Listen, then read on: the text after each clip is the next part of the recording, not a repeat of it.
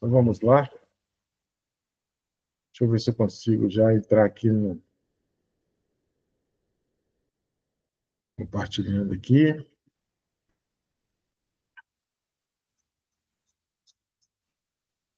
O último estudo nosso foi sobre Gálatas e Efésios, né? Hoje nós vamos entrar aqui. Primeiro Coríntios nós já falamos, segundo Coríntios também nós já falamos, Gálatas nós falamos na última aula, Efésios também na última aula, e hoje nós vamos falar da carta aos Filipenses.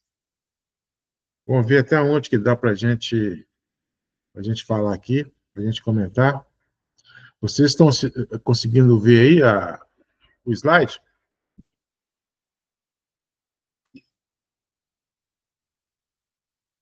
Estou vendo. Amém. Então vamos lá. Essa carta aos Filipenses, o apóstolo Paulo escreveu da prisão. O apóstolo Paulo estava preso lá em Roma. Já falei aqui na aula passada, né, que ele escreveu 4 cartas da prisão, que foi Efésios, Filipenses, Colossenses e Filemão. Ele escreveu essas 3 cartas, ele estava preso lá em Roma. E depois ele foi solto por um pouco espaço de tempo. Ele escreveu 1 Timóteo e Tito. Ele ficou solto. E depois ele escreveu a sua última carta, que foi 2 Timóteo, e ele estava preso já, não numa prisão domiciliar, igual aqui em Roma, mas ele estava preso em Roma, porém, numa masmorra. Ele já não era mais um preso político-religioso, e sim ele já era considerado como um criminoso, marginal, fora da lei. Então ele estava preso em uma masmorra, a última carta dele, 2 Timóteo. E dali ele foi para o martírio. A Bíblia não relata o martírio do apóstolo Paulo, a Bíblia não fala sobre como que ele foi martirizado, mas existem tradições, livros históricos, né, tradicionais, que falam dessa questão do apóstolo Paulo ser martirizado. E segundo essas tradições, ele foi martirizado em Roma, né, martirizado em Roma, e pelo imperador Nero. E ele foi decapitado. Puseram ele na guilhotina e cortaram o pescoço dele, né? Ele foi decapitado. E o que aconteceu nessa época também? Segundo as tradições, não está na Bíblia, nessa mesma época o apóstolo Pedro também foi martirizado. Só que Pedro era um cidadão judeu, ele foi crucificado. E Paulo, como era um cidadão romano, ou melhor, Paulo tinha uma cidadania romana, ele foi decapitado. A morte por decapitação ela é mais rápida e com menos sofrimento. A morte por crucificação era mais lenta e dolorosa. O apóstolo Pedro, por ele ser judeu e não ter cidadania romana, ele foi crucificado. E também essa mesma tradição afirma que Pedro ele não quis ser crucificado da maneira tradicional como era aquela pena. Ele foi crucificado de cabeça para baixo, segundo a tradição. E ele afirmou que não era digno de morrer na mesma situação que o mestre Jesus. Então, Pedro ele foi martirizado, crucificado de cabeça para baixo. E Paulo foi decapitado. E foi nessa mesma época, pelo imperador Nero, né? O imperador Nero que declarou aí o martírio tanto de Pedro encontro de Paulo. E essa carta aqui aos Filipenses, ela foi escrita da prisão, da primeira prisão que o apóstolo Paulo esteve, que era a situação mais cômoda, né? Ele estava preso em uma casa alugada, e tinha ali uns soldados romanos junto a ele, em turno de 8 horas. Então, em 24 horas, passavam três soldados, né? Deixa eu ver aqui, se tem alguém querendo entrar. Só um minutinho. Pastor Angélico já entrou. A Thalita conseguiu entrar aí? Deixa eu ver aqui se ela conseguiu. Tá, vou permitir aqui a Thalita.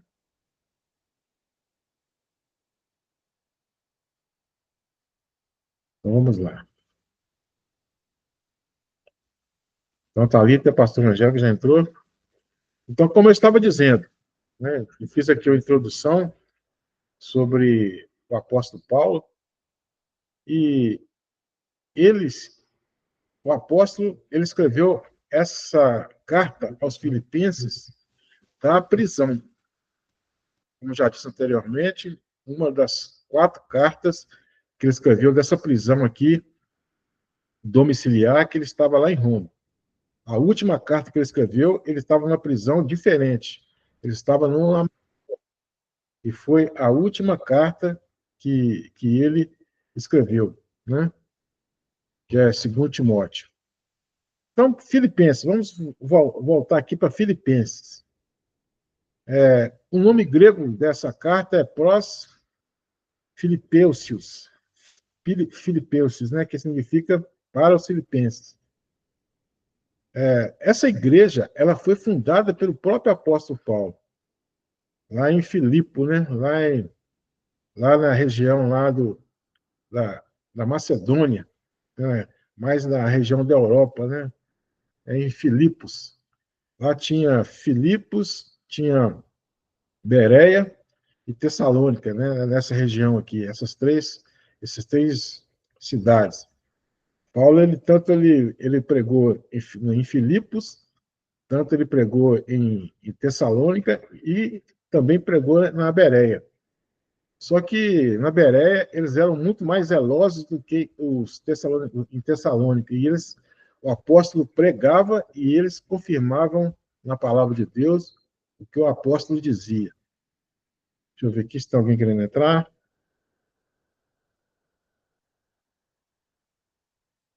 Se alguém tiver com dificuldade aí, pode me avisar aqui no Zap, tá?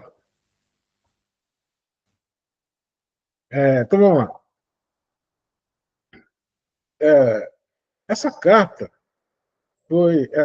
essa igreja que estava em Filipos foi fundada pelo apóstolo Paulo na sua segunda viagem missionária, né? Segunda viagem missionária do apóstolo. Ou seja, a primeira viagem missionária do apóstolo Paulo foi na região da Galácia, já falamos, né, bastante, as 4 principais cidades, né? Listra, Derbe, Icônio e Antioquia da Psídia.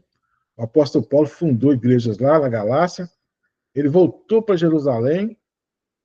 Depois ele fez a sua segunda viagem missionária, que foi para a região que ele queria, né?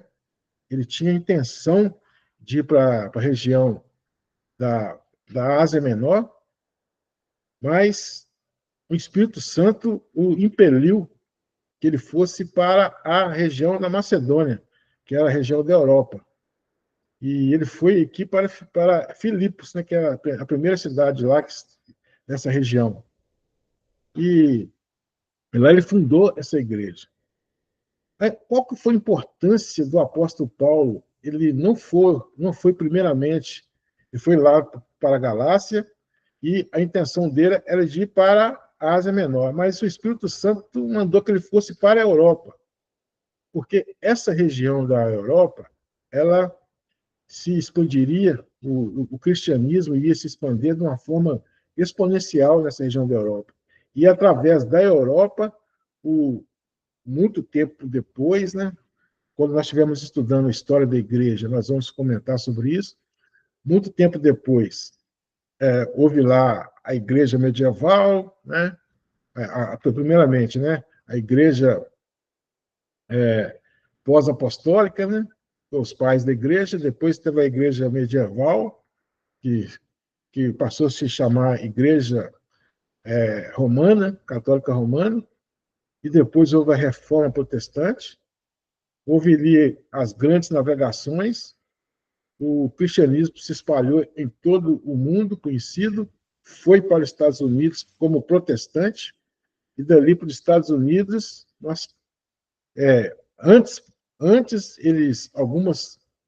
algumas pessoas vieram pregar o evangelho, né, no Brasil, foram reprimidos, não deixaram, né, o protestantismo entrar no Brasil, foi para os Estados Unidos, chegou lá, nos Estados Unidos, no ano de 1900, do século passado, né, século XX, dos Estados Unidos veio para o Brasil e se firmou com uma força muito grande, principalmente o movimento pentecostal. Então, assim se espalhou o cristianismo por todo o mundo. E começou aqui, em Filipos, né? Foi a primeira cidade da Europa, depois houve as outras cidades, a Grécia, e começou o cristianismo se espalhar por toda a Europa, né? Isso aí foi muito, demorou muitos anos, né? Quase 2000 anos, né? Que se passaram e a ideia protestante chegou no Brasil, né? Com o enfraquecimento lá da Igreja Católica Apostólica Romana, que até então era a igreja oficial aqui no Brasil, e com a laicidade do Estado, deixou-se de ter uma igreja oficial, a separação do Estado e religião, e então tiveram mais uma abertura para os protestantes. E eles chegaram com vários, né, da igreja presbiteriana, a igreja batista, e também a igreja pentecostal, né, os pentecostais, que vieram primeiramente com a congregação cristã do Brasil, que tinha seu líder lá, o Francis Scott, e depois chegou também os missionários Daniel Berg e Gruna Winger, né, que fundaram a Assembleia de Deus. Né? Esses missionários eram suecos, e fundaram a Assembleia de Deus, e a Assembleia de Deus espalhou com grande força e se tornou a maior igreja pentecostal do Brasil. E também tem outras igrejas pentecostais também, mas nós vamos falar isso posteriormente. Vamos voltar aqui para essa questão do apóstolo Paulo pregando em Filipos e depois escrevendo essa carta aos filipenses. Então, vamos lá. Ele fundou na segunda viagem missionária. Se trata mais de uma carta que foi escrita da prisão, né? Quer dizer, que eu já falei anteriormente. Foi uma carta escrita da prisão. E sendo que a melhor evidência descreve quando ele estava preso em Roma no ano 61. Então, a melhor evidência de quando ele estava preso em Roma no ano 61, aqui eu pus antes de Cristo, mas é depois de Cristo. Deixa eu consertar aqui. Depois de Cristo. E a prisão, como já disse anteriormente, era uma prisão domiciliar. E aqui tem uma passagem que fala aqui, uma vez em Roma, foi permitido Paulo morar por sua conta, veja bem, o apóstolo Paulo, por sua própria conta, tendo em sua companhia um soldado que o guardava. Então, ficava algemado ao apóstolo Paulo um soldado romano, durante as 24 horas, em turno de 8 horas. Então, todo dia, tinha 3 soldados junto com o apóstolo Paulo. 3 soldados da guarda romana, da guarda pretoriana, né? E interessante que o apóstolo Paulo pregava para eles. Ficava 8 horas ali com ele, e ele pregava para esses soldados. Aí, quando o apóstolo Paulo chegou no final ali da carta do livro Atos dos Apóstolos, e quando ele escreve a carta aos Romanos, ele fala assim que os da casa de César vos saúdam. Então, quer dizer, o da casa de César era os romanos, os soldados da guarda pretoriana que já tinham se convertido ao cristianismo através da pregação do apóstolo Paulo. E aqui o apóstolo Paulo, ele preso, ele estava pregando, levando o evangelho a pessoas, mais do que muitos bispos daquela época, de outras igrejas, que estavam soltos. O apóstolo preso, ele pregava mais do que a maioria dos outros apóstolos, dos outros bispos e presbíteros que estavam soltos. Veja bem como que é a força do evangelho, né?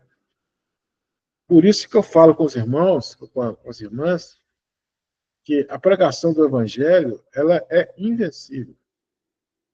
Aí, se vocês me perguntam, mas por que tem tanta distorção? A pregação do evangelho, a pregação genuína do evangelho, ela é invencível. Porque o evangelho é o poder de Deus para salvar todo aquele que crê. Então, quando se prega o verdadeiro evangelho e as pessoas se convertem ao cristianismo, se convertem a Cristo, ele é invencível. Ele é vitorioso. Então, nós temos que ter esse entendimento de que o evangelho verdadeiro que nós pregamos, ele é vitorioso. Esse evangelho que é pregado, né, nos dias de hoje é uma mistura de situações que não é bíblica, não são verdadeiras. É uma mistura que vem com o evangelho da prosperidade, o evangelho do coaching, esses outros evangelhos aí que surgiram aí, essas outras teologias, né? Tem a teologia da confissão positiva, tem a teologia da prosperidade, tem a teologia da libertação, várias outras teologias. A teologia da libertação da Igreja Católica está muito relacionada com o marxismo. Então, são coisas que colocaram no evangelho, no verdadeiro evangelho, para desvirtuar, para desfocar a pregação do verdadeiro evangelho.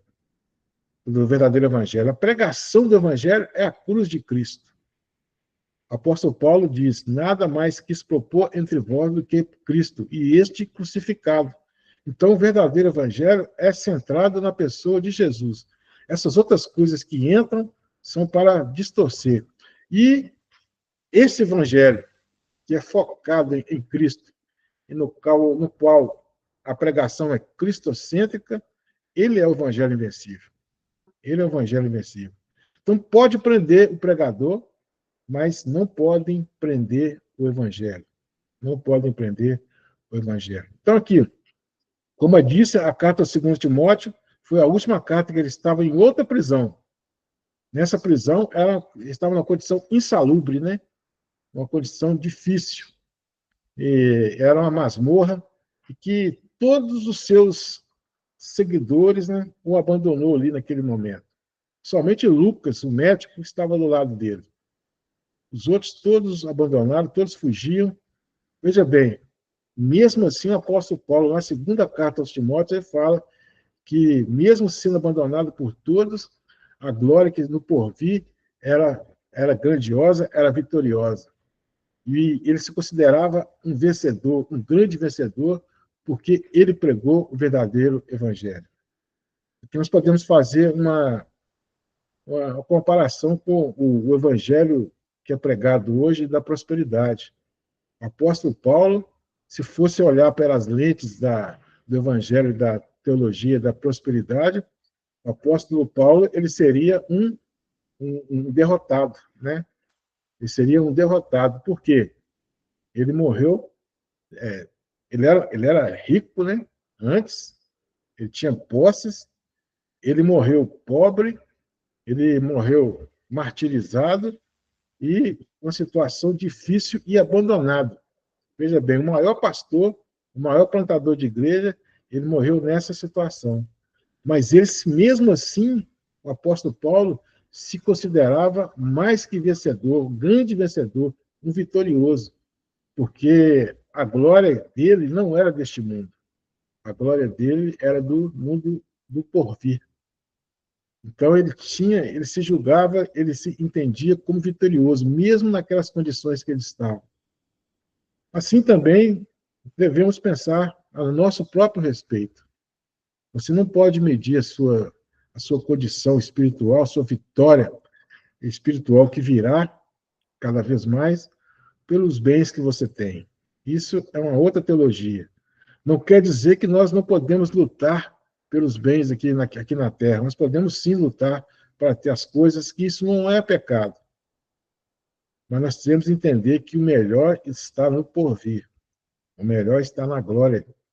O melhor está no corpo glorificado, no qual nós recebemos, de um corpo que semelhante ao corpo de Cristo. Essa é a o nosso grande anseio, é buscar essa verdade, né? Bom, é, essa epístola, veja que coisa, né, seja é até paradoxal, né? Essa epístola é conhecida como a carta da alegria.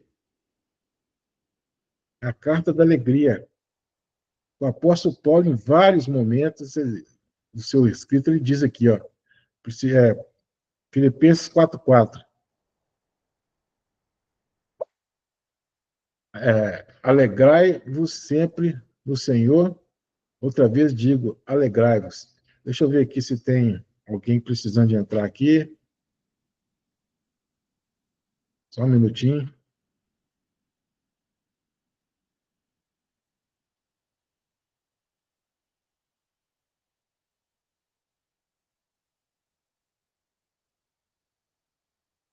Acho que a Ana Paula está querendo entrar aqui.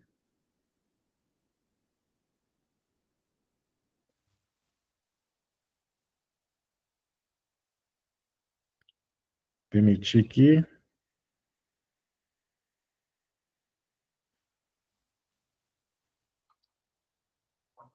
A Ana Paula já conseguiu, né, Ana Paula? Beleza. Obrigado, pastor. Né? Então vamos voltar lá. Vocês estão vendo aí? Ou não? Não, né? Sim.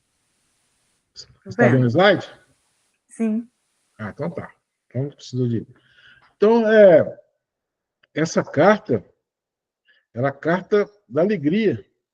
Em vários momentos, ele escreveu: alegrai-vos sempre no Senhor. Outra vez vos digo: alegrai-vos. A diferença aqui, irmãos, que o apóstolo Paulo estava preso, mesmo assim, ele estava alegre, porque no seu coração, ele sabia que ele iria sair dali e pregar onde que ele queria. Ele queria pregar na Espanha. Ele estava alegre, ele está diferente da carta a 2 Timóteo, que ele estava assim, ele tinha consciência de que ele era o vencedor, mas ele estava triste. Por quê? Ele estava abandonado, alguns dos seus aliados o traíram, né, e ele estava triste. E ele sabia que ele iria morrer. Ele estava triste, porém, ele entendia que ele seria um vencedor. E aqui não, aqui ele estava alegre. Essa carta aos Filipenses é a carta da alegria. Ele estava muito alegre. Então, ele fala aqui mais uma vez: Cristo estava sendo exaltado, né, pelo sofrimento do apóstolo Paulo. E o Senhor, o evangelho estava se expandindo mesmo com a prisão. Esse fato trazia admiração por parte dos filipenses, impulsionados a falar de Cristo. Então, o exemplo que o apóstolo Paulo estava dando aqui era grandioso, porque ele estando preso, o evangelho estava sendo pregado, o evangelho foi pregado lá aos da casa de César, né? A guarda petroliana, e e ele estava servindo de exemplo para a pregação do evangelho, para o crescimento do evangelho. E isso dava força aos filipenses para continuar também pregando esse evangelho. Também nós podemos tirar lições aqui desse momento que o apóstolo Paulo estava vivendo. Ele estava feliz pregando o evangelho, mesmo estando preso lá em Roma. E muitas vezes os problemas que nós temos hoje, que nos impedem de pregar o evangelho, mas mesmo nós temos que ter consciência que mesmo com esse empecilho, nós temos que pregar. A palavra do Senhor manda a gente pregar o evangelho a tempo e fora de tempo. Agora, o empecilho que tinha aqui era que ele estava preso. E qual que é o empecilho que nós temos hoje para pregar o evangelho? É uma pergunta que eu faço. Qual é a dificuldade que nós temos hoje para pregar o evangelho? Será que era uma dificuldade tão grande, igual o apóstolo Paulo estava aqui? Será que é uma dificuldade tão intransponível, igual o apóstolo Paulo estava aqui, preso? Aí é a reflexão que nós temos que ter. Amados irmãos, nós estamos com uma situação muito diferente do apóstolo Paulo. Nós somos livres para pregar o evangelho e muitas vezes nós nos calamos nessa bendita pregação. Nós temos que pregar o evangelho, não importa as condições. Isso é difícil? É, mas nós temos o que em nós? Nós temos o Espírito Santo que nos acompanha, o Espírito Santo que nos dá força, o Espírito Santo que desmonta as barreiras que está fazendo com que a gente não pregue o evangelho. Nós temos o Espírito Santo. O crente tem que ser um pregador, um exímio pregador do evangelho e cada vez mais forte nessa pregação e pregar a tempo e fora de tempo. Nós não podemos nos calar, nós não podemos deixar de pregar o evangelho olhando as circunstâncias que nos aflige.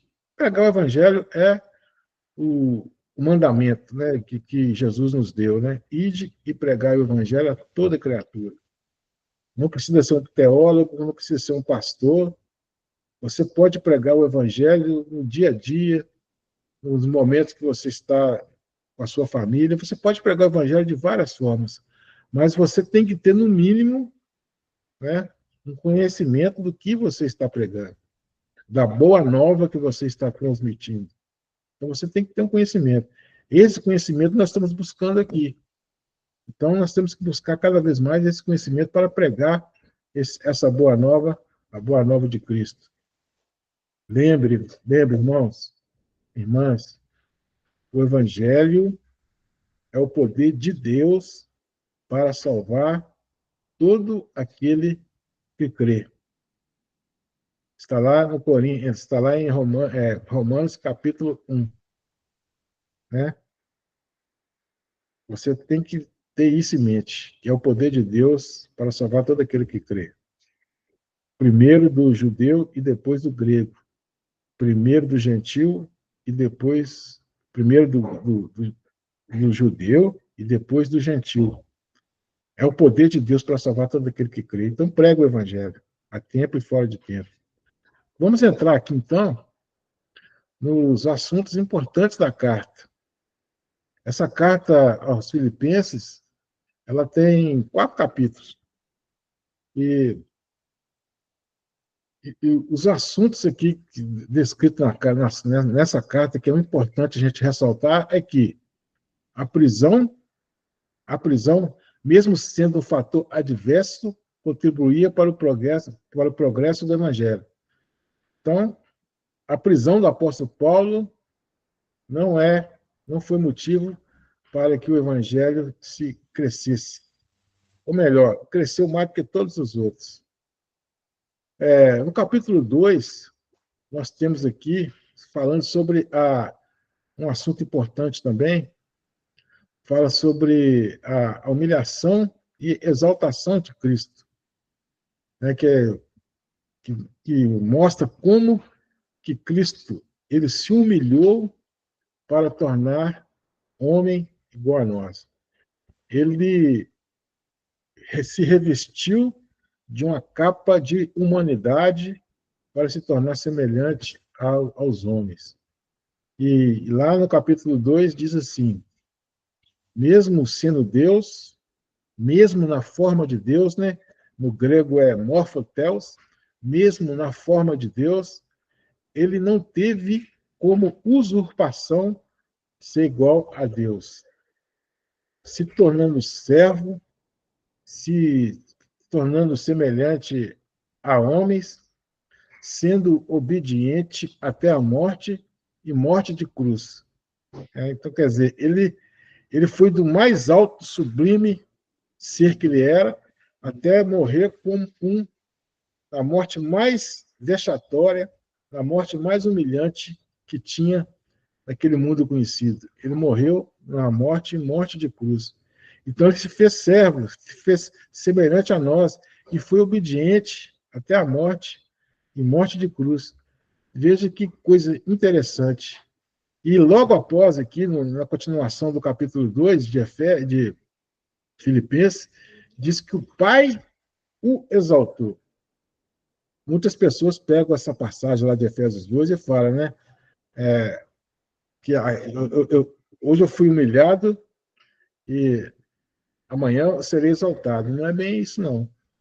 Não é bem isso, não. O que diz aqui é que ele foi humilhado, mas o Pai o exaltou. Né? O Pai o exaltou. E diz que todo olho verá, toda língua confessará, todo joelho se dobrará,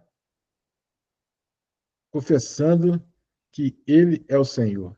Então, veja bem que essa Efésios 2 fala sobre essa humilhação e depois da exaltação de Cristo. E quando é que se deu essa exaltação de Cristo? A exaltação de Cristo se deu na ressurreição de Cristo e quando Cristo foi assunto aos céus.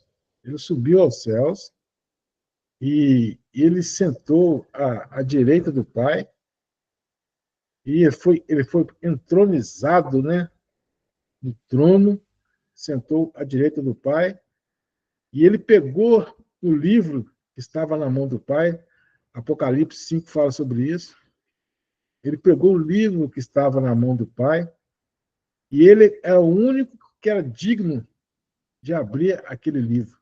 Aquele livro era a história da humanidade, e ele estava selado com 7 selos, e ele era o único no céu, e na terra e debaixo da terra, porque ele foi o cordeiro que morreu para salvar todos nós. Então, ele era o único que era digno de abrir, desatar aqueles selos. E ele começou a desatar aqueles selos. Aí, veja, posteriormente, teve as 7 taças, né, os 7 flagelos ali e tal. E ele foi o único que foi digno para desatar aqueles selos.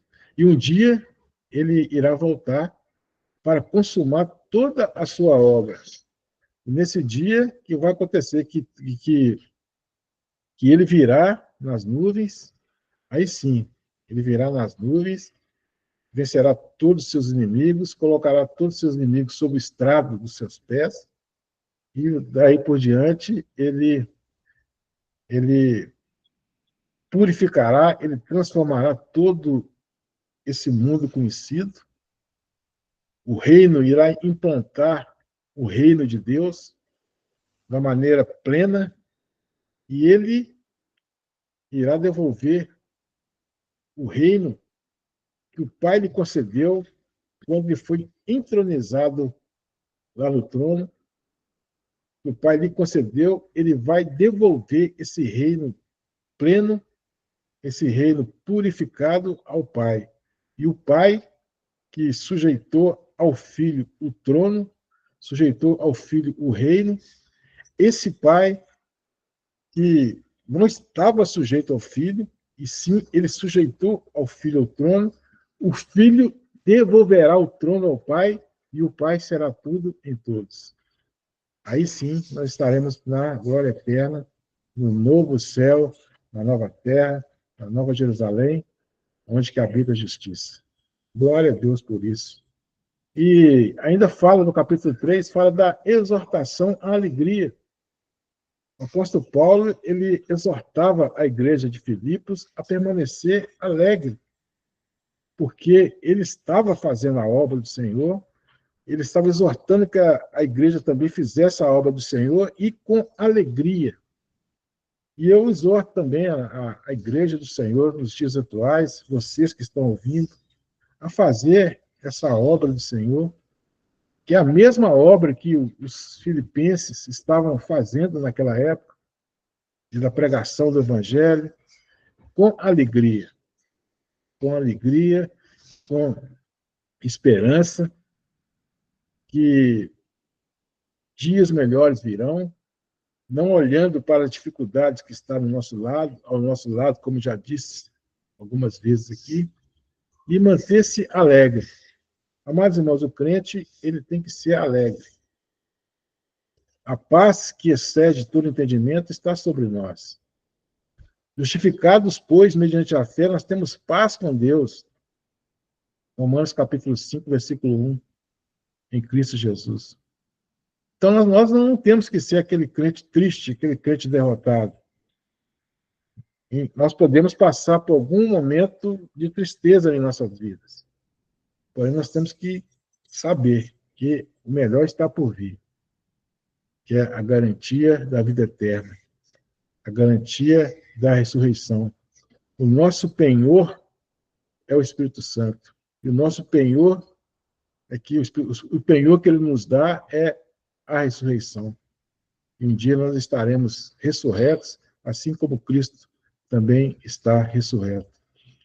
E em quase todas as cartas do apóstolo Paulo, ou melhor, em quase todas as cartas do Novo Testamento, há esse aviso aqui, ó, contra os falsos mestres, os falsos ensinadores, porque eles vêm para poder tirar a igreja do foco, que é pregar o evangelho de Cristo.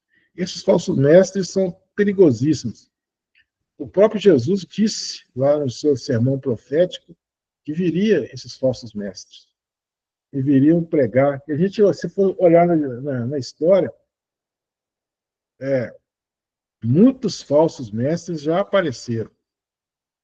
E eu falo que esses falsos mestres podem ser aqueles que estão dentro da igreja, falsos mestres que entram na igreja para poder pregar o erro, e também outros falsos mestres que também não fazem parte da igreja, mas sim fazem parte de ensinos errados, para poder cada vez mais se contrapor, lutar contra o evangelho, que é o poder de Deus para salvar todo aquele que crê, para levar, né, contrapondo essa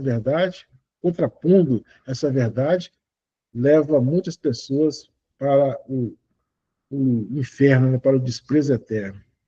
Nós podemos falar que sempre na história houve falsos mestres, tanto dentro da igreja como fora da igreja. Por exemplo, eu vou citar aqui alguns falsos mestres que esteve dentro da igreja. Marcião, por exemplo, é um falso mestre que esteve dentro da igreja. Esse Marcião, ele pregava que somente ele tirava o Antigo Testamento, ele não aceitava o Antigo Testamento como palavra de Deus.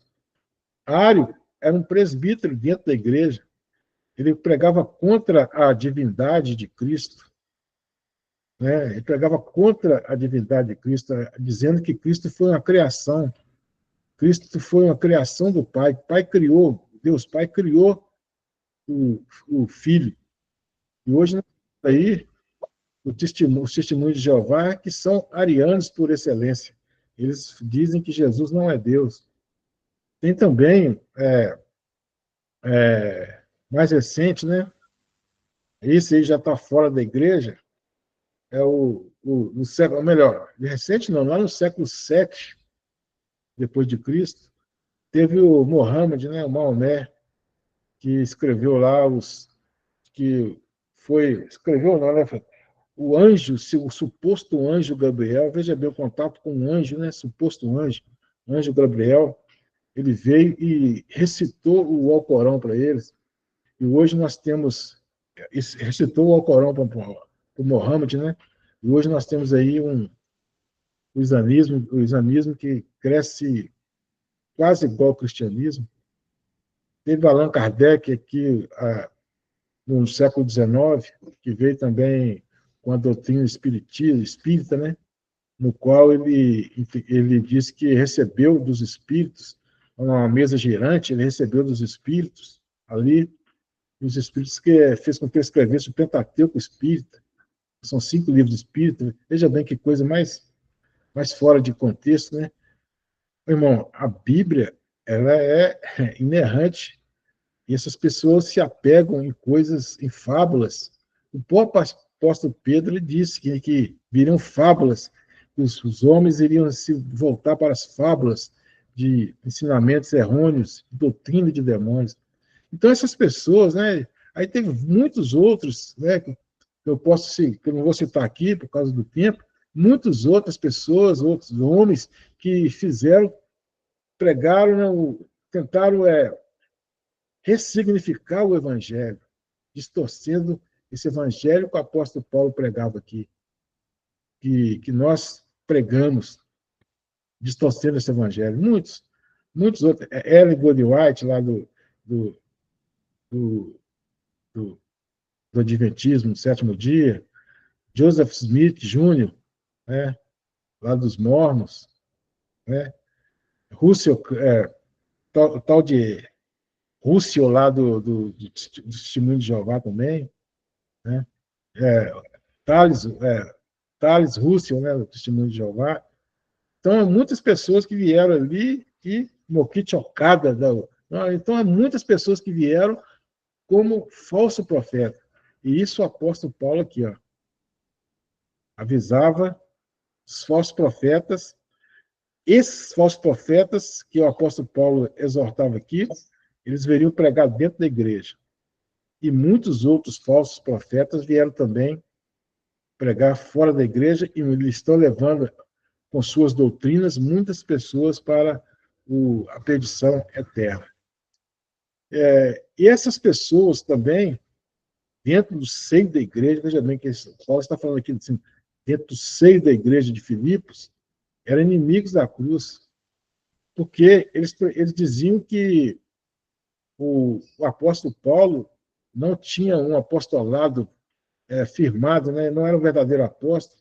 Então, eles desvirtuavam o ensinamento da cruz. O apóstolo Paulo ele pregava a cruz, né? O Cristo crucificado. E tinha também lá muitos inimigos da cruz. E também o capítulo 4 fala da ansiedade, né? Exortação contra a ansiedade, né? Que muitas pessoas viviam um grau de ansiedade muito grande. Nós temos que entender que o primeiro destinatário das cartas era a igreja de Filipos, né? Mas essa questão da ansiedade está até nos dias de hoje, ainda mais presente ainda. Nessa época aqui, a ansiedade estava porque o povo, as igrejas estavam sendo perseguidas pelos judeus e pelo o Império Romano. Eles tinham que pregar o evangelho, reunir em lugares escondidos, porque a perseguição era muito grande. Hoje nós temos um outro tipo de ansiedade. Essa ansiedade que nós temos hoje é diferenciada, ela é pulverizada em muitas situações que nos causam ansiedade. Mas o apóstolo Paulo escreve aqui para a gente, né, não, não ficar ansiosos por coisa alguma, replicando, né, voltando ao que Cristo disse lá, lá no Sermão do Monte, né, que a gente não ficar ansioso por coisa alguma. Né? Então, muitas coisas aqui, o apóstolo Paulo escreveu em 4 capítulos, exortando, primeiramente, que eles permanecessem firmes, porque ele estava preso, mas ele estava pregando o evangelho, exortando também a respeito da alegria, exortando, como quase todas as cartas, quase todos os escritos do Novo Testamento, ensinando contra também os falsos mestres. E também a exortação à ansiedade. A sociedade que ansiedade, né? Exortação contra a ansiedade, que esteve presente em todas as épocas da igreja. E Filipenses e o Antigo Testamento. Vamos ler aqui essa passagem, esses versículos aqui, que tem a ver com Isaías 45. Vamos lá. Pelo que também Deus o exaltou sobremaneira e deu-lhe um nome que está acima de todo nome, para que o nome de Jesus se dobre todo o joelho, nos céus, na terra e debaixo da terra, e toda língua confesse que Jesus Cristo é o Senhor, para a glória de Deus Pai. Aqui o Filipenses 2, né? Primeiro vem a humilhação e depois a exaltação. Esse que é o texto que fala da exaltação. E também lá em Isaías 45, 23, diz assim: por mim mesmo tenho jurado, da minha boca sai o que é justo, e a minha palavra não tornará atrás. Diante de mim se dobrará todo o joelho e jurará toda a língua.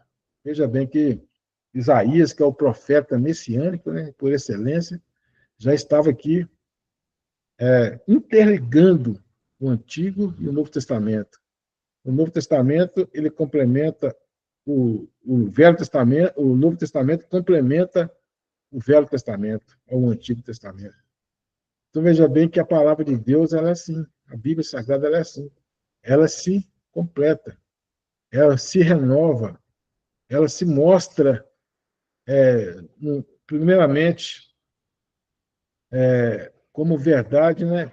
Verdade absoluta, que sobrepõe, que joga por terra a verdade relativa que é dita hoje aqui na pós-modernidade, que não é uma verdade absoluta. A Bíblia ela é a verdade absoluta. E a sua revelação progressiva fica escancarada aqui, primeiramente com Isaías 45 e depois Filipenses 2:9. Então, aqui, encerrando, essa carta foi denominada Carta da Alegria, pois foi uma das 4 cartas que o apóstolo Paulo escreveu da prisão. Mesmo assim, fica evidenciada a sua alegria. Então, aqui, nós falamos sobre a carta aos Filipenses, né? Carta da Alegria. Guardem isso, irmãos. Toda vez que falar carta aos Filipenses, lembre-se, associe a Carta da Alegria. Associe também Carta da Prisão.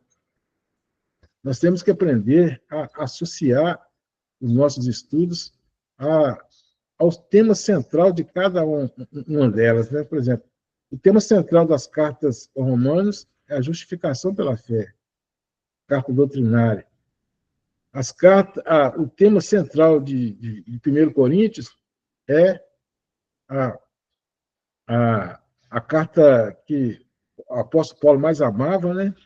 Porque aí a carta de 1 Coríntios é a exaltação à santidade, que eles tinham que buscar cada vez mais a santidade. Gálatas é o ensino contra os judaizantes, os judeus que queriam disseminar a sua doutrina judaizante dentro da igreja. E Efésios é a carta eclesiástica, a carta que voltada para a doutrina da igreja, e Filipenses, a carta da alegria. Todas elas têm a sua importância.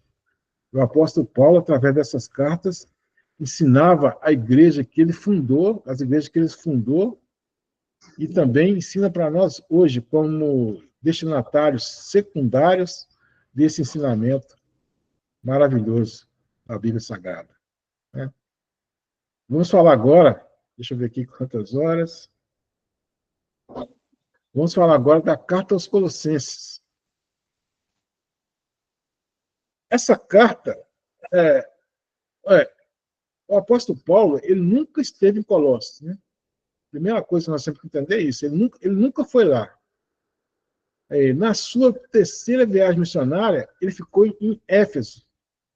Éfeso era a capital da Ásia Menor, nós já falamos aqui. E Éfeso era a cidade satélite, era uma cidade que tinha várias outras cidades satélites interligadas a ela. E dali, o apóstolo Paulo plantou a igreja lá em Éfeso, e dali o evangelho se expandiu para várias regiões, várias cidades satélites, né? Nós temos lá Colossos, né? Hierápolis, outras cidades ali que estão ali na Ásia Menor, interligado à cidade satélite, que era a igreja que estava lá em Éfeso, né? Então, então, é o seguinte, interessante aqui é que o apóstolo Paulo ele tinha um senso de conhecimento extraordinário no que se diz respeito à, à sua missão, né? À missiologia, ao evangelismo. Ele chegou no local, ele não tinha como ir em todas as cidades, ele chegava lá no local, na cidade central, uma cidade que todas as outras era interligada, ali plantava uma igreja, e dali dessa igreja o evangelho se espalhava pelas outras cidades vizinhas. Um exemplo aqui é a Grande Belo Horizonte e as outras as cidades ao redor, né? A região metropolitana. Era assim que funcionava. Ali era pregado e as outras. Ele mandava missionários em várias regiões, em várias cidades ali daquela região. Então, ele era um sábio, né? Realmente um sábio em todos os aspectos, inclusive nessa questão da missiologia e do evangelismo, né?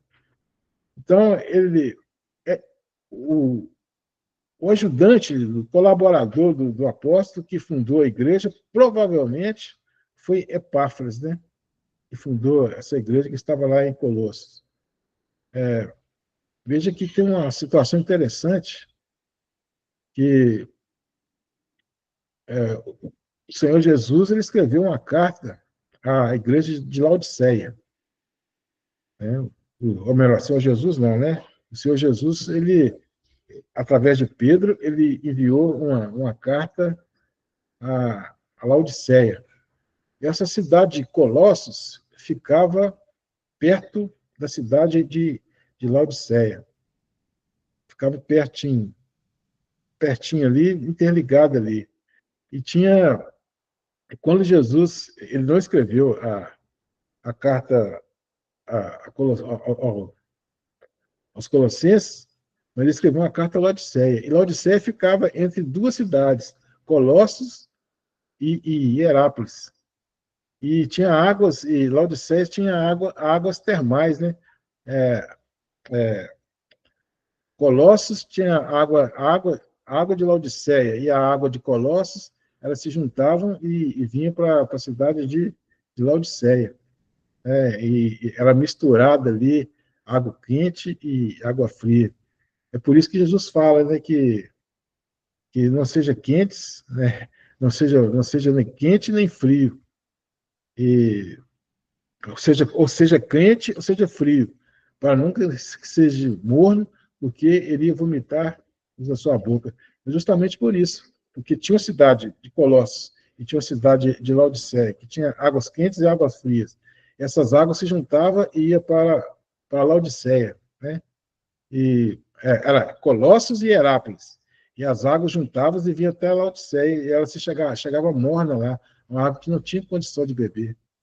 Então, Jesus, quando ele faz com que o apóstolo João escreva essa carta, Jesus demonstra ali conhecimento dessa região, da geografia dessas regiões, né, dessas cidades. Ele era profundo conhecedor dessas geografias. Ele é onisciente, né? Ele já era onisciente, já estava ressurreto, né? Então ele sabia de todas as coisas. E quem escreveu, mais uma vez, que escreveu a carta de Apocalipse, foi o apóstolo João, e digamos assim, né, ele recebeu de Jesus, quem enviou o destinatário, quem enviou a carta foi Jesus, através do escrito de Pedro. Né? Ou melhor, escrito de Paulo. Ou melhor ainda, escrito de João. Então vamos lá. O título da carta, Pós Colossais, né, significa para os colossenses. Assim como Efésios, assim como Efésios é a carta eclesiológica, eu já falei, a carta aos Colossenses ela é cristológica. Veja bem, o tema principal aqui dessa carta aos Colossenses é demonstrar a cristologia. Ela é a carta mais cristológica de todas as cartas do apóstolo Paulo. E Colossenses também era uma carta da prisão. Então, quer dizer, mais uma vez, né? Efésios, carta aos Efésios, a carta aos Filipenses, a carta aos Colossenses e a Filemão são as 4 cartas da prisão.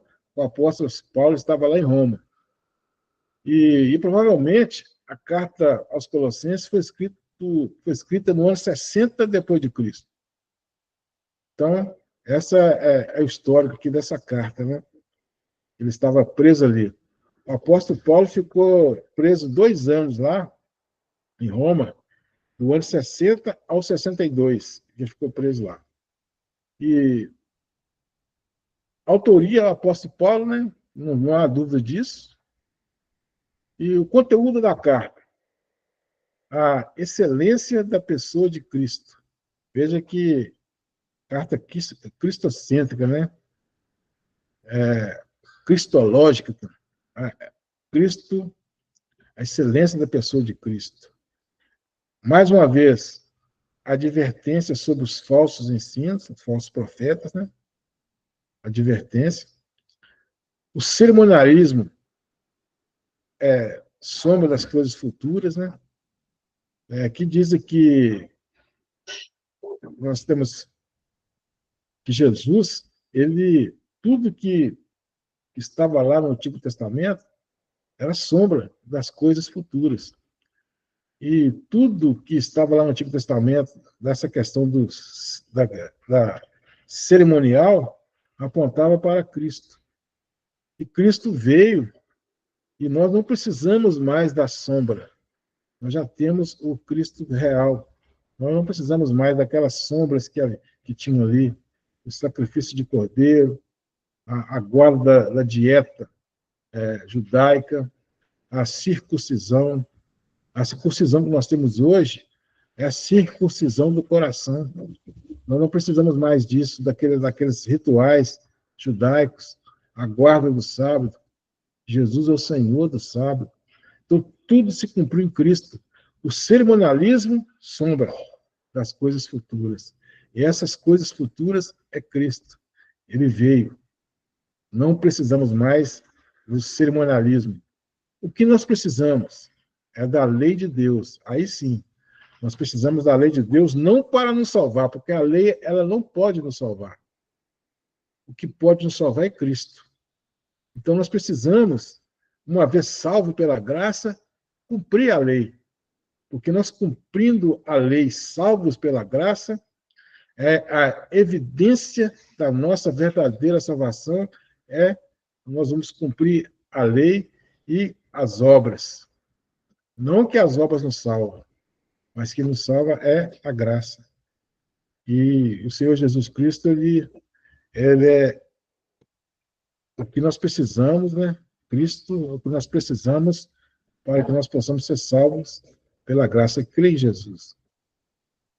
A guarda da lei é posterior e ela é evidência da nossa salvação. E que fala que a obediência às práticas cerimoniais não vence o pecado. Os judeus eles tinham esse entendimento de que se eles guardassem o sábado, se eles circuncidassem os seus filhos, se eles praticassem inúmeras leis cerimoniais lá do Antigo Testamento, que eles iriam vencer o pecado. E aqui o apóstolo nos ensina que pecado só se vence através de Cristo. Ou melhor, Cristo já venceu o pecado por nós. E nenhuma condenação há mais para aqueles que estão em Cristo Jesus. Então não tem mais essa necessidade para obter a salvação da gente ficar praticando atos cerimoniais. Não precisam mais. Porque Cristo é que fez tudo isso por nós e nos deu gratuitamente. Que fala também que da união com Cristo glorificado.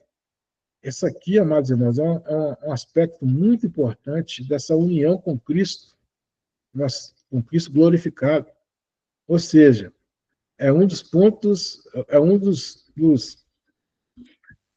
da ordem, é um dos pontos da ordem da salvação, é a união com Cristo. O Pai, ele olha para o ser, Deus Pai olha para o ser humano redimido na base dessa união que nós temos com Cristo. É na base dessa união que nós temos com Cristo que o Pai olha para nós e já nos vê como justificados. E dessa forma, nenhuma condenação há mais para nós. Nós temos paz com Deus, que outrora nós éramos inimigos de Deus. É através da união, dessa união com Cristo. Cristo está unido a nós. Por quê? Cristo, ele é o cabeça e nós somos o corpo. Essa é a verdadeira união com Cristo. O resultado dessa união, os vícios devem ser abandonados. Esse resultado da união com Cristo, Cristo sendo o cabeça da igreja, é Cristo que nos governa, Cristo que nos mostra o caminho, Cristo que distribui, né, através do Espírito Santo, os dons da igreja. É Cristo que nos mostra essa questão de sermos salvos pela graça. E nós temos que deixar os vícios. Os vícios devem ser abandonados. O que seriam esses vícios? São os pecados, são as coisas que não glorificam a Deus. A palavra do Senhor diz que quer comais, quer bebais, fazemos tudo para a glória de Deus. Se morremos, morremos para Deus. Se bebemos, bebemos para Deus. Então, nos diz que se quer beber, se quer comais, faça tudo para a glória de Deus. Se vivemos ou se morremos, faça tudo para a glória de Deus. Então, nós temos que ter isso em mente. E deixar os vícios, deixar os pecados que tanto nos separou de Deus antes da nossa salvação. Aquele que mente, não mente mais. Aquele que se embriaga, não embriaga mais. Aquele que é violento, não mais pratica a violência.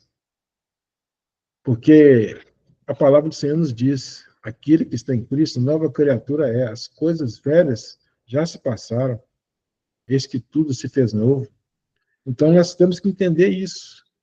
Que os pecados, o que é impuro, tem que ser deixados, tem que ser abandonados. Isso não quer dizer que nós vamos abandonar tudo em um determinado momento. Não, isso é no decorrer da nossa santificação, que pode levar toda a nossa vida. Mas nós temos a consciência de que nós devemos abandonar os vícios. Devemos abandonar o pecado. Uma pessoa que se vive, né?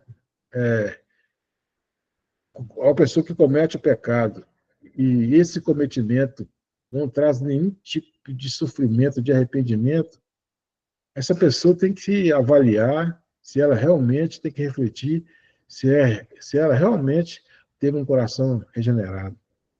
Porque se o pecado não pesa em nossas vidas, às vezes às vezes não, né? Com certeza ainda não passamos pela a regeneração.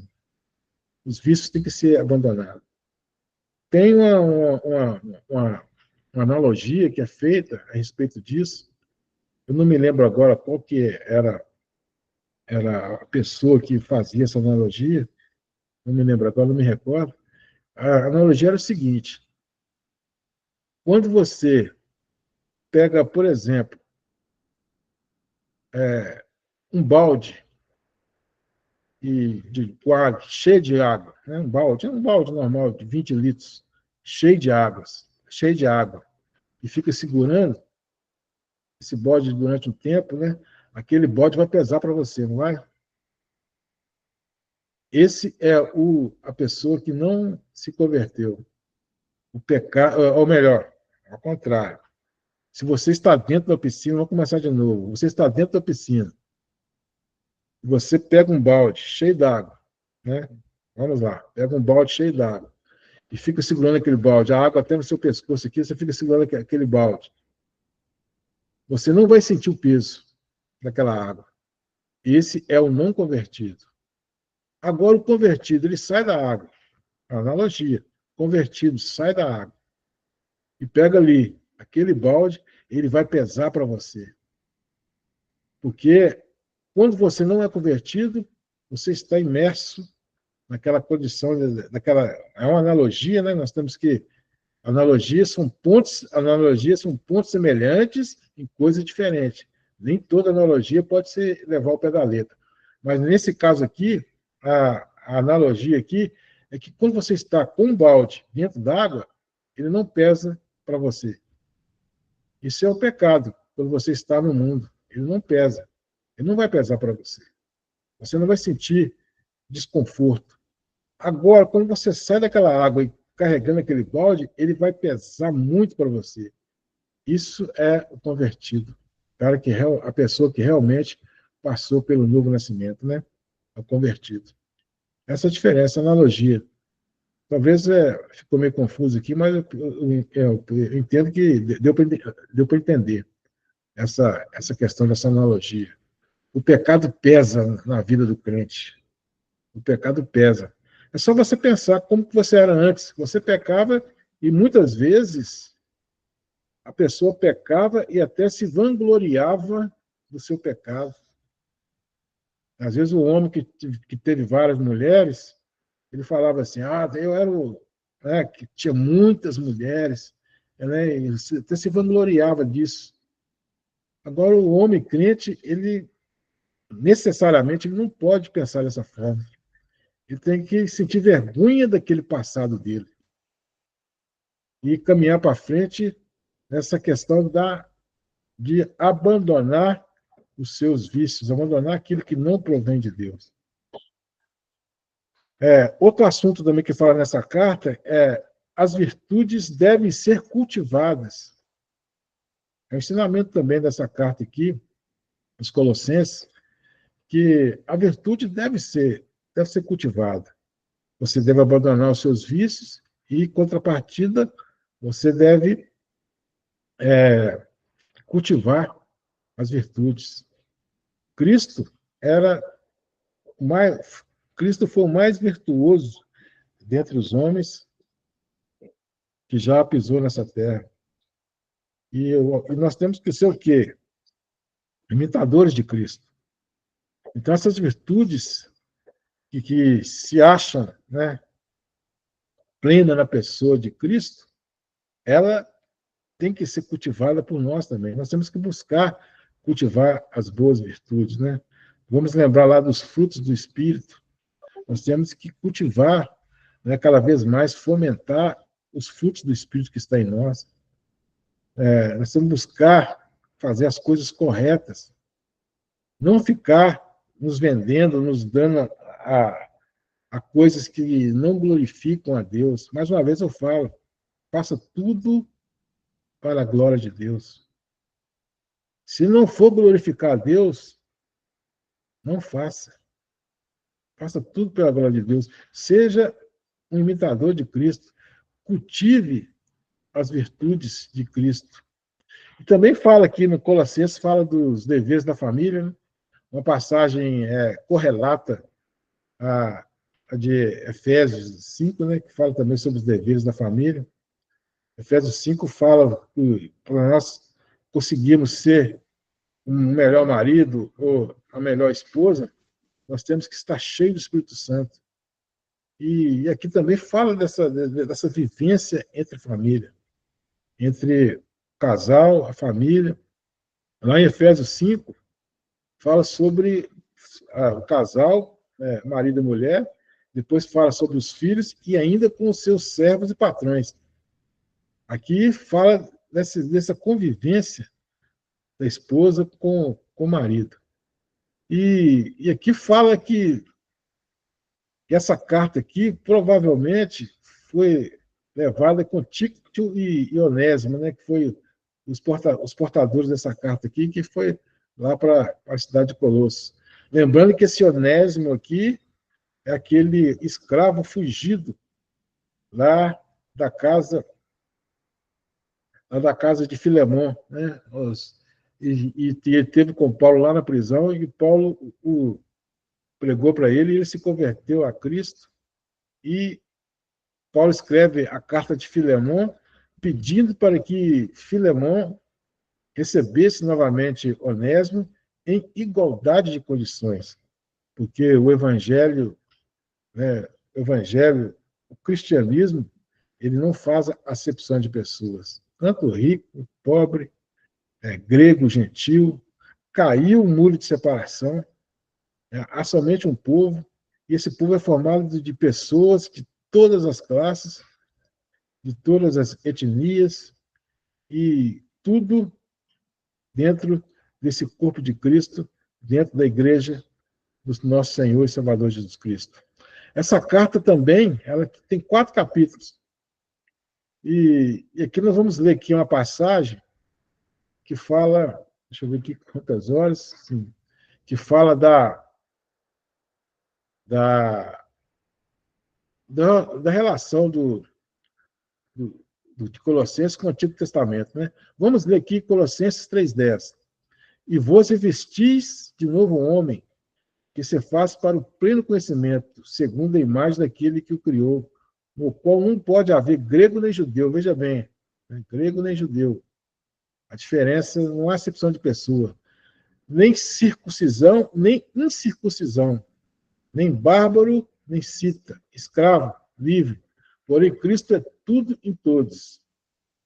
Né? Aqui não há acepção de pessoas. Quando Cristo devolveu o reino ao Pai, o Pai será tudo em todos. Veja que coisa maravilhosa, né? Como que a palavra de Deus ela se completa, né? Aqui fala que Cristo é tudo em todos. Lá em Coríntios, capítulo 15, fala que Deus será tudo em todos. Glória a Deus. E aqui também, Gênesis 1,6 diz assim: também disse Deus, façamos o homem a nossa imagem, conforme a nossa semelhança, e tenha ele domínio sobre os peixes, sobre o mar, sobre as aves do céu, sobre os animais, sobre toda a terra, sobre todos os répteis que rastejam sobre a terra.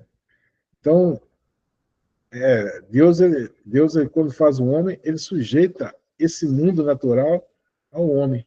Assim como todas as pessoas, todo esse mundo natural será um dia sujeito a Cristo, e Cristo será tudo em todos.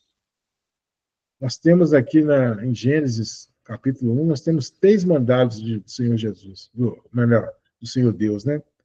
Tem o mandado espiritual, o mandado social e o mandado cultural. O mandado espiritual, quando ele diz para não comer daquele fruto. O mandado social é quando ele institui o casamento, homem e mulher. Né? O mandado cultural, social, homem, mulher e a família, né? Deus institui a família ali. O mandado social é quando Deus ele coloca todos os outros seres, toda a terra, nas mãos do homem, para que o homem cuidasse de tudo, de todas essas coisas. Então, 3 mandados lá em Gênesis: mandado espiritual, mandado social e o mandado cultural. E depois do pecado, o homem quebrou todos eles. Quebrou todos eles. Começando com Caim e Abel, né? Que já destruiu ali o mandado social, ou melhor, Adão e Eva destruiu o mandado espiritual, pecando, comendo do fruto. Mandado social, a família, um irmão matando o outro. E o mandado cultural, que o homem começou a fazer coisas para o seu próprio benefício, e não mais para o benefício do cuidado sobre todas as coisas, né? Um mandado cultural. E até hoje acontece isso. O homem, cada vez mais, destrói o planeta que ele vive, né? Jogando por terra o mandado cultural. Então, aqui, Colossenses é a carta mais cristológica, pois apresenta a centralidade de Jesus. Todas as cartas apresentam essa centralidade, mas aqui em Colossenses ele tem esse enfoque maior, né, em Cristo. Por isso, sim, é chamado a carta mais cristológica dentre todas. Tessalonicenses. A carta do apóstolo Paulo estava em Corinto. Veja bem, aqui ele já não estava na prisão. Provavelmente, essa carta foi a primeira a ser escrita, juntamente com Gálatas, né? Alguns autores acreditam que foi Gálatas, outros acreditam que foi Tessalonicense. O nome foi Pros Thessalonicenses, né? Porque esse A aqui significa um, né? Primeiro. Ou seja, para primeira Tessalonicense. A data da carta foi escrita no ano de 51. Veja bem que foi bem próxima ali à morte de Cristo, né? 20 e poucos anos depois, né? 18 anos depois da morte de Cristo. Então, provavelmente, essa aqui foi a primeira carta mesmo, né? Aqui diz, esse autor aqui diz que a carta foi escrita anterior foi no ano 48 ou 49 depois de Cristo, né? Essa carta aos Gálatas. Então, o autor que eu me baseei aqui, ele é daquele que afirma que Gálatas foi o primeiro que está falando licença. Mas isso aí não é um consenso, não é batido o martelo nessa questão. A autoria foi do apóstolo Paulo, existem evidências a respeito dessa autoria, né? A epístola mais escatológica. Isso aqui é interessante nós sabemos.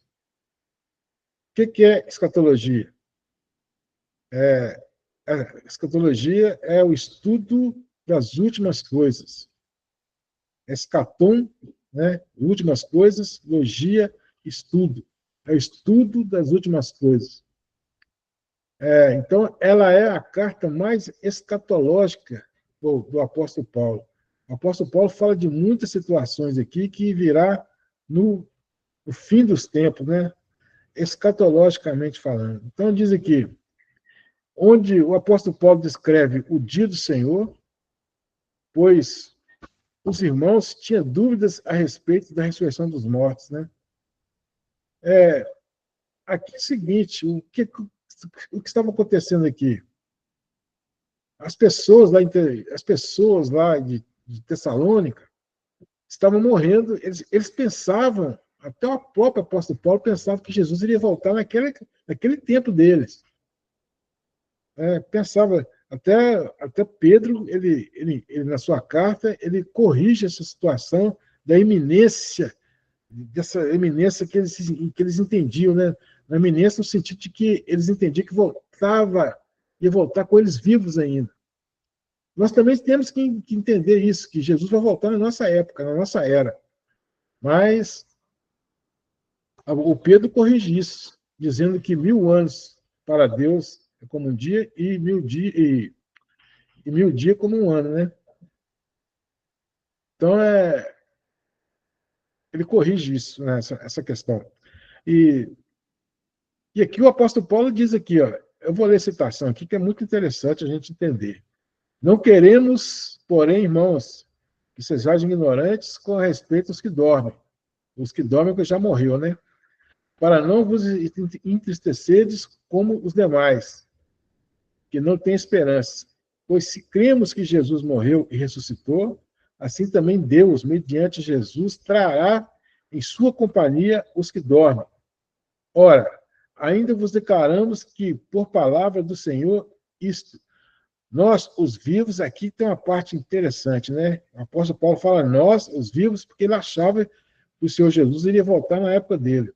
Nós, os vivos, que ficamos até a vinda do Senhor, de modo algum precederemos os que dormem. O que quer dizer isso aqui?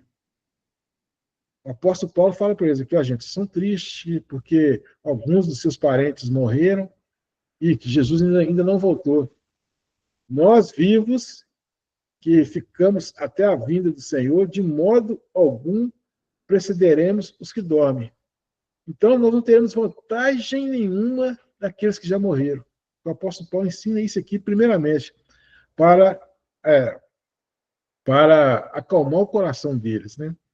Porquanto o Senhor mesmo, dado a sua palavra de ordem, ouvido a voz do arcanjo, veja bem que é uma linguagem muito escatológica, né? Ouvindo a voz do arcanjo, ressoada a trombeta de Deus, descerá dos céus e os mortos em Cristo ressuscitarão primeiro. Então, quando soar a voz do arcanjo, ouvir a voz do arcanjo, ressoar a trombeta de Deus, né, descerá dos céus e os mortos em Cristo ressuscitarão primeiros. Então, aqui, quando Jesus voltar, os mortos em Cristo ressuscitarão primeiro. Eles irão sair dos túmulos num milagre extraordinário, com o corpo ressurreto, com o corpo glorificado. Então, todas as pessoas que morreram em Cristo irão se ressuscitar com corpos glorificados. E aqui fala para ele aqui, ó, fala para eles, né? Depois, ressuscitarão primeiro, depois nós, os vivos, ficarmos, seremos arrebatados juntamente com eles. Então, quer dizer, os mortos ressuscitarão primeiro, né? Nós vivos seremos arrebatados juntamente com eles.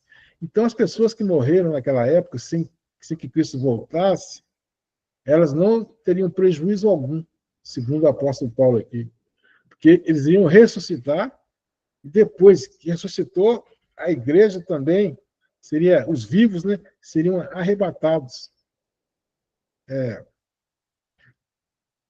com eles, né? Entre nuvens, veja bem, nas nuvens, para o encontro com o Senhor nos ares. Nós vamos encontrar com o Senhor nos ares. E assim estaremos sempre com o Senhor. Consolai-vos todos uns aos outros com essas palavras. Então, o apóstolo ensinava para eles que tinha que consolar uns aos outros com essas palavras. Porque aquele que morreu em Cristo não teria prejuízo algum. Ele teria o seu corpo ressuscitado, glorificado, e juntamente com os vivos encontrarão com Cristo nas alturas, né? Nos ares. E assim estaremos sempre com o Senhor. Consolai-vos uns aos outros com essas palavras. Essa palavra aqui, irmãos, serve de consolo para nós também, nos nossos dias de hoje. Nossos parentes que nós amamos, que morreram em Cristo, as pessoas que se dedicaram a Cristo durante a sua boa parte da vida ou a vida inteira, eles serão, nada, eles não terão prejuízo algum em relação àqueles que ficaram vivos aqui. Nada, não vai ter prejuízo algum. Todos serão bem-aventurados. Então, lembre agora daquela pessoa que você ama, que morreu em Cristo. ela não vai ter prejuízo nenhum. Ela vai ser ressuscitada e vai ter um corpo perfeito, glorificado. E encontrará com Cristo nas nuvens. Nós veremos, nós reconheceremos todos, e será um dia de muita alegria, um dia de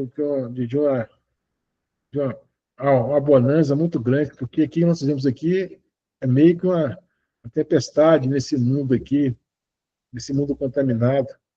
Mas nesse momento aqui, nós encontraremos com Cristo nas nuvens, ele virá nos buscar, sua igreja. Não haverá mais choro, nem ranger de dentes, não haverá mais nenhum sofrimento, corpo glorificado, semelhante ao corpo de Cristo. Essa é o nosso anseio, irmãos.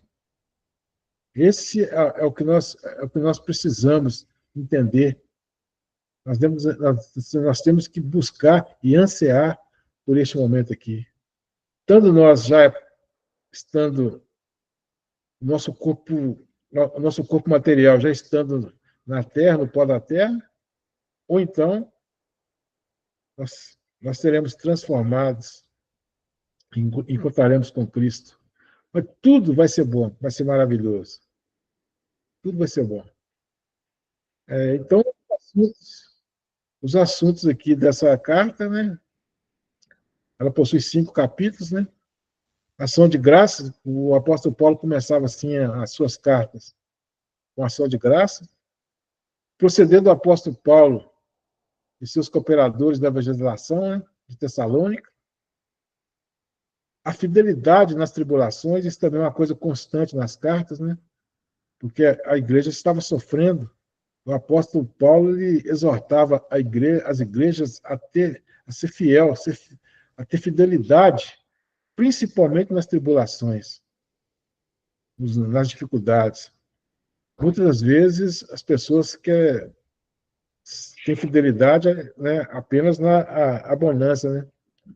Mas aqui ele nos ensina a ter fidelidade também nas tribulações.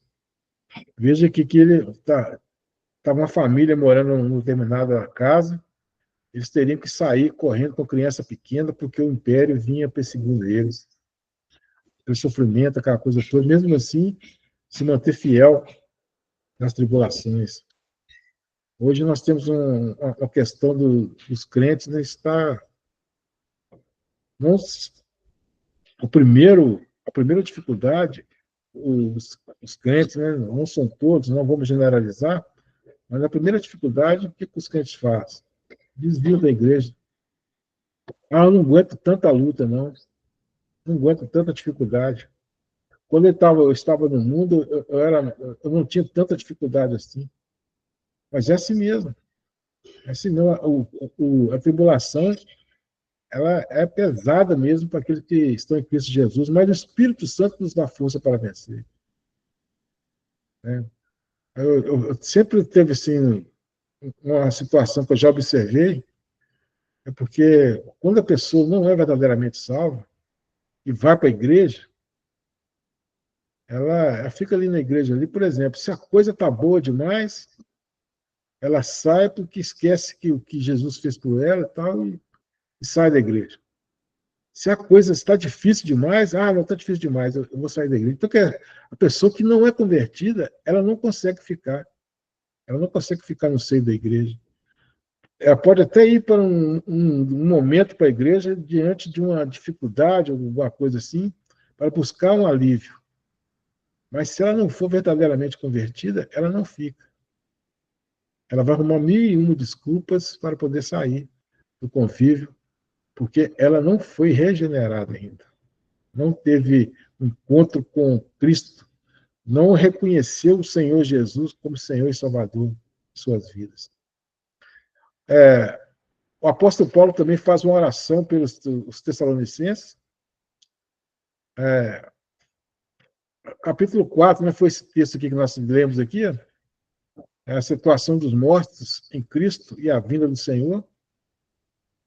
Capítulo 5 fala sobre o Senhor virá repentinamente, ou melhor, o Senhor virá eminentemente e repentinamente, como um relâmpago que sai do Oriente e vai para o Ocidente.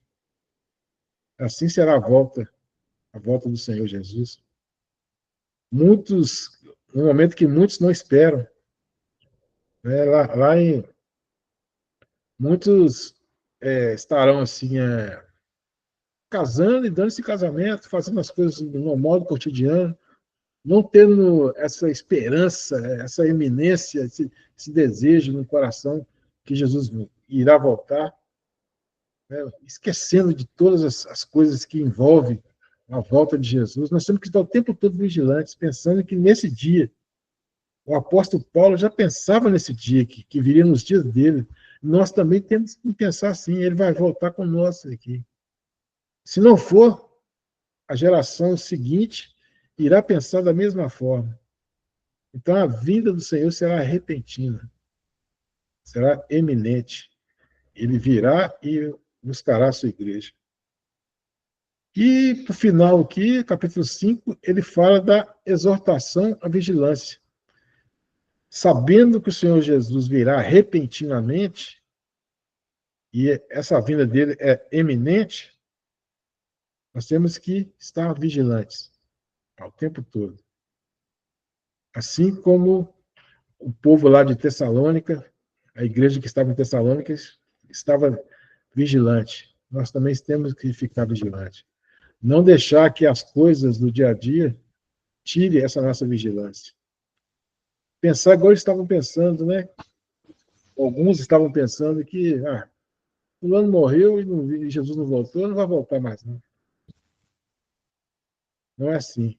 Nós temos que exortar a vigilância, estar vigilantes o tempo todo. Porque vai chegar a hora que ele vai voltar.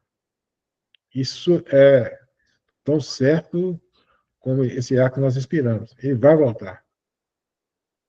Porque é um dos pontos fundamentais da nossa fé, é que ele um dia irá voltar.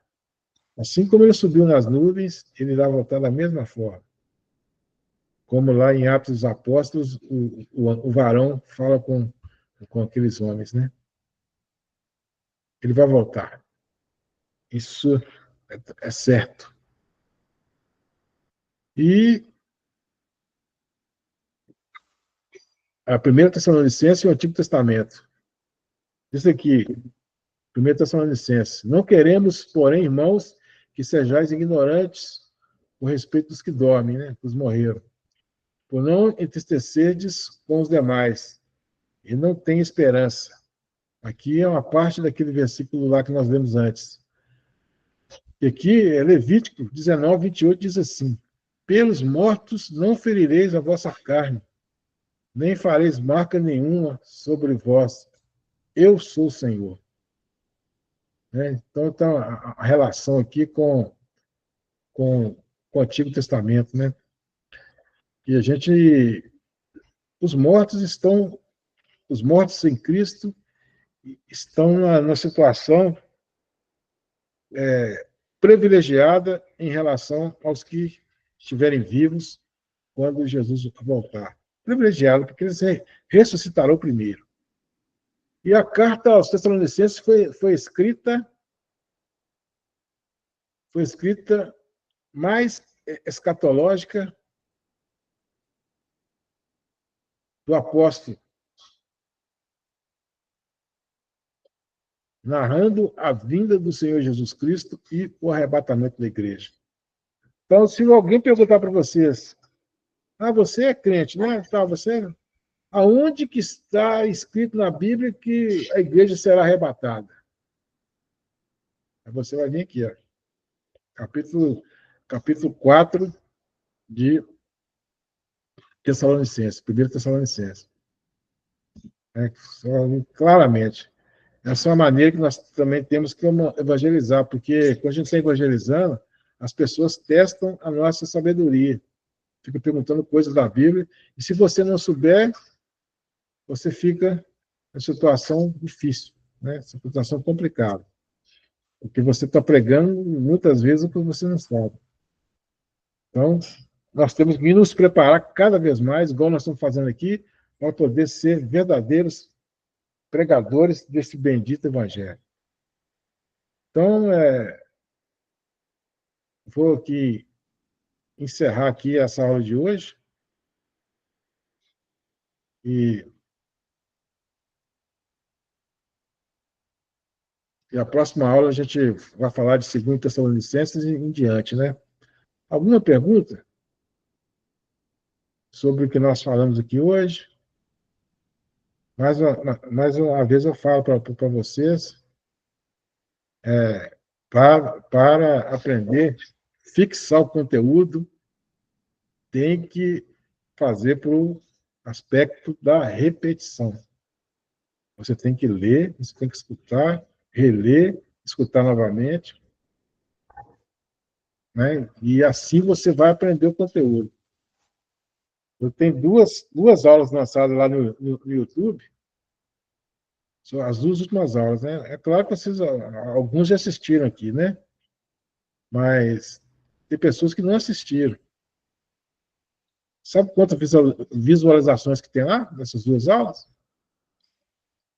Tem duas visualizações. Uma é a minha e a outra é de outra pessoa que eu não sei. Então, é por repetição. Teologia, qualquer outra área do conhecimento, você aprende principalmente por repetição. Você vai escutar, você vai ler, vai escutar, vai ler. Ah, mas eu não tenho tempo. Tudo bem, todos nós, nosso tempo é escasso, né? Mas a gente arruma tempo para fazer muitas outras coisas. Então, se tem alguma pergunta?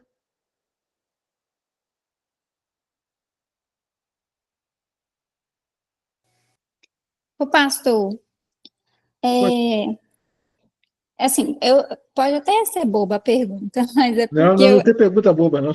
às vezes eu fico confundida. Aí o senhor estava falando sobre as cartas, aí uma carta foi escrita 60 anos depois de Cristo e tal. O depois de Cristo, depois do nascimento dele ou depois da morte dele? Depois do nascimento. Ah, sim. Quando, quando Cristo nasceu, foi o marco zero, né? Uhum. Aí quando Cristo fez 1 ano, é 1 ano depois de Cristo. Só que teve um erro nisso aí, tá? Teve um erro de historiadores. Sabe por quê?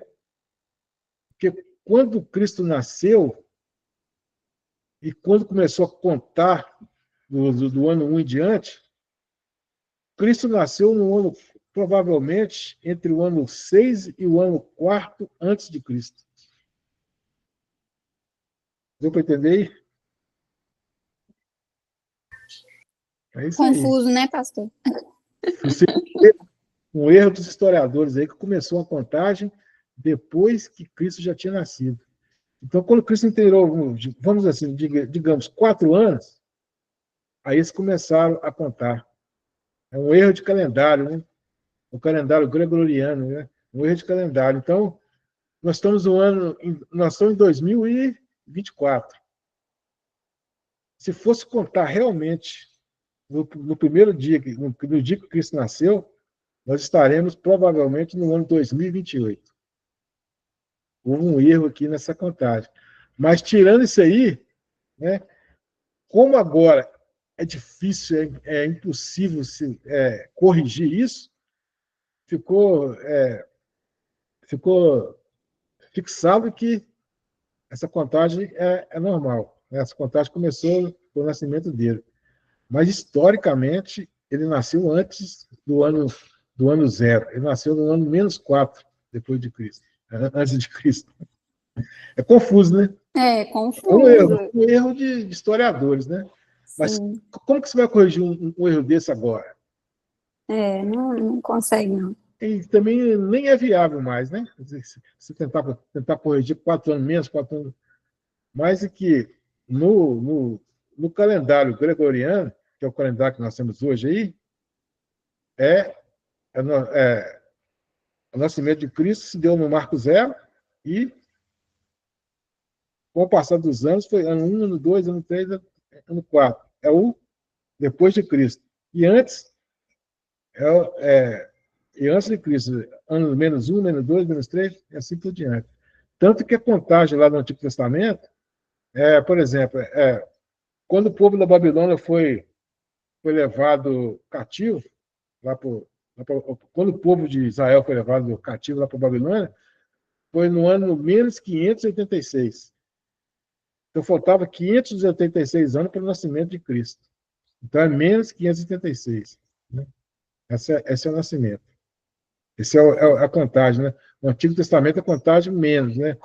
Contagem de mais passou depois do novo nascimento, do nascimento de Jesus, assim por diante. E que é a contagem de anos que a gente tem hoje, no caso. Isso, a contagem de anos. Hoje nós temos a contagem de anos do calendário que ficou convencionado, né? Uhum. Não é, mais uma vez, não é a verdade absoluta. Cristo provavelmente nasceu antes da data que mostra aí no calendário gregoriano. Ô, pastor, e tem alguns grupos de cristãos que eles vivem no ano do judaico, né? Que Israel comemora, eles nem comemoram a virada do ano como a gente comemora. Sim. Teve até, eu acho que um mês atrás, que teve essa comemoração. E isso é correto ou não tem nada a ver? As pessoas podem escolher, elas contam desde antes de Cristo e depois de Cristo. O cristão, né, ele adota o calendário que a gente está aí, né? O cristão. O cristão messiânico, ele também adota esse calendário. Né? O cristão messiânico, eles adotam. Né? Agora, os judeus não. Os judeus, eles contam desde o início da criação, né? Desde o início da criação. Os judeus não. Os muçulmanos, eles também têm um marco também inicial deles, né? Que foi o dia que do Mohammed, né? O Maomé, saiu da peregrinação à Meca, né? Então, eles têm essa... O povo das regiões orientais, né? Das religiões orientais, da região do Oriente também, eles têm outro tipo de contagem. Eles não têm, por exemplo, o calendário chinês é outro, né? Eles têm, porque lá, os países lá não são cristãos. Então, eles não adotam o calendário cristão. O calendário cristão é adotado no Ocidente, na nossa região aqui, na Europa, né? O Ocidente, nesse ponto aí, é adotado o calendário cristão. Fora a China, o Japão, esses outros lugares aí e tal, eles não têm esse calendário, esse calendário gregoriano, né? Calendário cristão. Beleza? Beleza, entendido. Muito obrigada, pastor. Nada. Mais alguma pergunta? Alguma dúvida? Na hora da prova que vai ter, né? Falar em prova, tem uma prova aí que eu vou mandar para vocês, panorama do Antigo Testamento, e já vou mandar do Novo Testamento também. Viu? Uma prova só, 10 questões para cada um, e vai ser a única prova. Porque deu para perceber que vocês não gostam de fazer prova, né? Mas se vocês estudar o conteúdo aqui... Irmãos, eu faço... Só para encerrar aqui, só um exemplo. Não é querendo falar que eu sou isso, que eu sou aquilo, não, mas eu faço curso superior de teologia, de ciência da religião. Eu estou até fazendo estágio também de letras, né? Lá na escola da irmã Dora. Letras e ciência da religião, 2 cursos paralelos. Sabe quantas provas que eu faço no período de 2 meses e meio? 60 provas. Tudo prova de 10 questões. E tem uma prova lá que é discursiva. Eu tenho que falar o que eu penso do enunciado que eles me passaram lá. 60 provas. Tem vezes aqui que eu fico doido. Tanta prova que eu tenho que fazer. Mas isso aí, para quem quer... Isso aí, para quem gosta mesmo de estudar, isso aí dá para conciliar. Ô, pastor, será que, assim, tem jeito, eu sei que o senhor é muito ocupado, mas de fazer, assim, um exercício para a gente, não sei se todo mundo concorda, mas eu gostaria muito de fazer, tipo, uma pré-prova, um exercício de fixação do conteúdo, sabe? Sim, entendi. Eu acho que ia ser muito bom para mim, para eu fixar mais a matéria, eu conseguir ler mais, discorrer lá na apostila, eu acho que eu ia Mas fixar mais o valendo nota conteúdo. ou não? Aí o senhor que sabe, se o senhor quiser pôr valendo nota, pode ser. É porque é o seguinte, tem pessoas aí que não fez essa prova nem não está fazendo prova, não. Por Entendeu? exemplo, na faculdade, igual o senhor falou, a gente tem várias provas, mas a gente tem também os estudos dirigidos. O senhor deve fazer também, né? Estudo dirigido, que conta como ponto, mas eles são para fixação mesmo, porque aí na hora que a gente chega na prova, o conteúdo está mais fresco na cabeça, porque esse conteúdo, por exemplo, ele é extenso demais. A gente igual tá, pode até fazer, mas igual eu estava fazendo aqui com os irmãos, eu fazia uma prova discursiva, né? E uma prova fechada, né? Aí eu observo que tipo, os irmãos não estavam fazendo prova. E tem muita gente devendo prova, né? Mas eu posso fazer o seguinte, eu posso mandar para vocês um exercício de fixação, mas sem valer nota, sem valer ponto. Aí vocês fazem só para um exercício que o professor dá na sala de aula, né? Exercício de fixação mesmo. Porque se for valer ponto assim, para dar nota, vai chegar no final do curso aí, não vai ter certificado para quase ninguém. Poucas pessoas vão ter certificado. Porque se não tiver em dia, não tem como Entendi. dar o certificado, né? Porque faltando prova, aí tem que fazer uma prova de recuperação, aí faz aquele monte de prova de recuperação em cima da outra. Né? Então, eu posso fazer sim.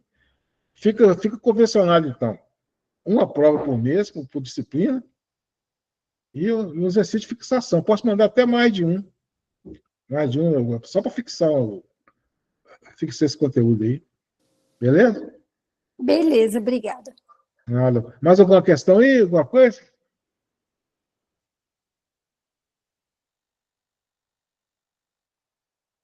Não?